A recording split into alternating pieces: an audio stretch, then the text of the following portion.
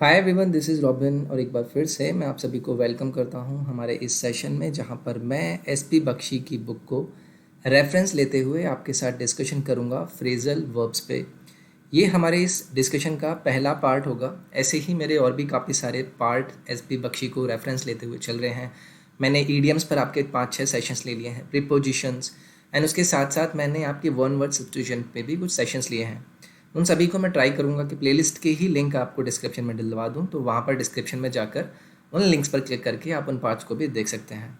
अगर आपको ये सेशन पसंद आता है तो प्लीज़ डू लाइक इट। आपके लाइक करने से I will be having the appreciation so that कि मैं अपनी इस सीरीज़ को कंटिन्यू कर पाऊँगा। ठीक है, तो ये कुछ मेरे बारे में जानकारी। My name is robin. तो चलिए हम अपने इस सेशन का पहला फ्रेजल वर्ब स्टार्ट करेंगे। तो देखिए, पहला आपको यहाँ पर फ्रेजल वर्ब दिया गया है अकाउंट फॉर।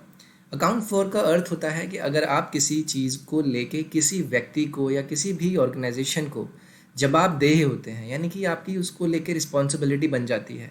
आपको हर चीज़ को लेके उस स्पेसिफिकल डिटेंशन में आपको ये बताना पड़ता है कि भाई हाँ, मैंने ये किया है या मैंने नहीं किया है, ये ऐसा हुआ या ये ऐसा नहीं हुआ। मतलब आपकी जवाबदेही होगी फिर हर चीज़ को लेके। मतलब if you are accounting for something, इसका रीज़न है कि आपको एक्सप्लेनेशन देना पड़ेगा हर चीज़ के रीज़न के लिए। आपको आंसर देना होगा हर बात के लिए। You are accounting for something. Example, I can not account for his unusual behaviour in this matter. यानी कि इस आदमी की इस फालतू हरकतों को लेके ना मैं कोई जवाबदेही नहीं दूंगा। समझ रहे हो आप? तो मतलब आप जब भी ऐसी कंडीशन में होते हो जहाँ पर आपको जवाबदेही देनी होती है किसी भी रीज़न को लेके, तो वो देता है आपको अकाउंट फॉर का मीनिंग। नेक्स्ट है आपका आस्क आफ्टर।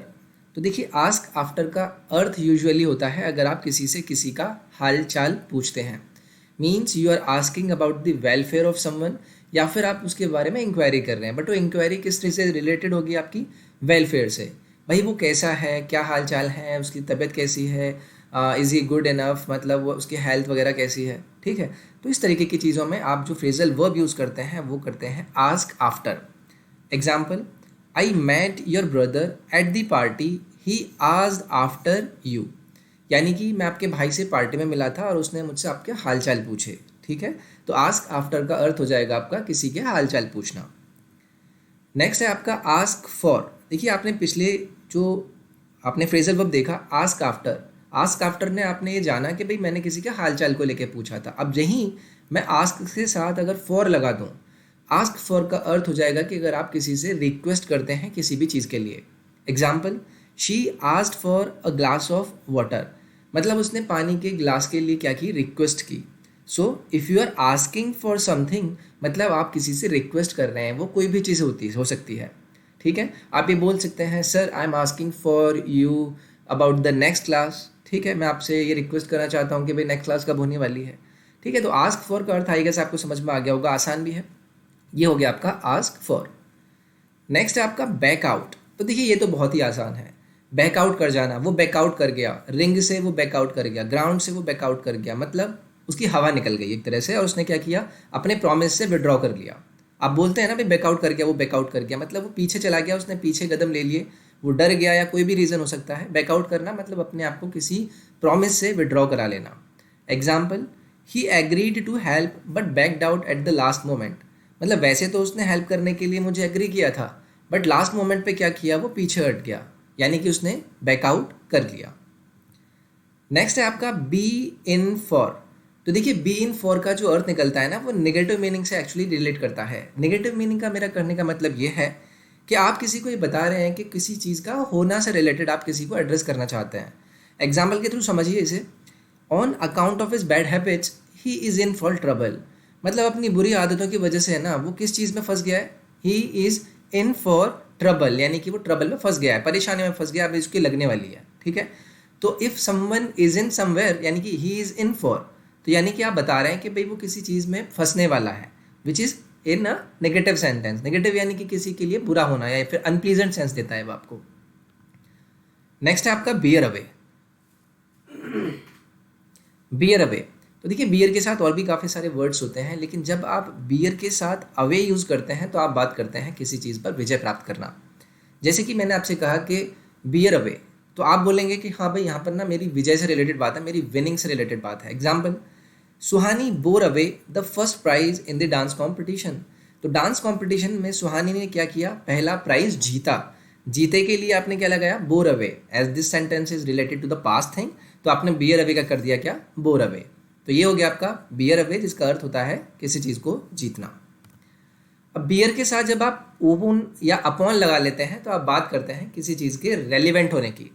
यानी कि मैंने आपसे कहा बियर ऑन या फिर अपॉन, तो यहाँ पर आप बोल सकते हैं, एग्जाम्पल के थ्रू समझिए, your remarks have no bearing on the main problem.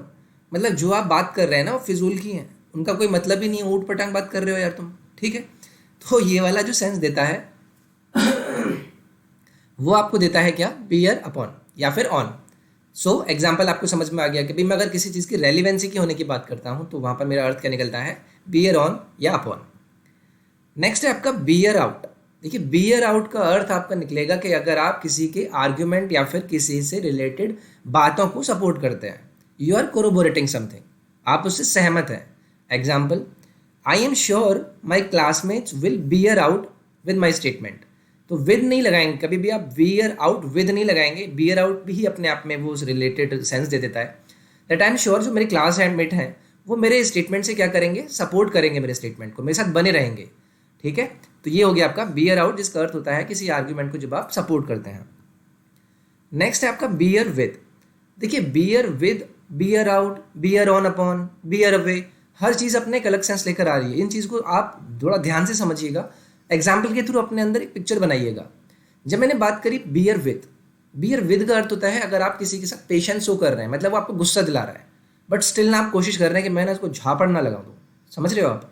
तो ऐसी कोशिश करना मतलब आपको दिखाना कि आपके अंदर बहुत पेशेंस है, अंदर से आप एकदम, समझ रहे हो, लेकिन आप क्या कर रहे हैं, बियर विद कर रहे हैं, आप झेल रहे हैं उसको एग्जैक्टली।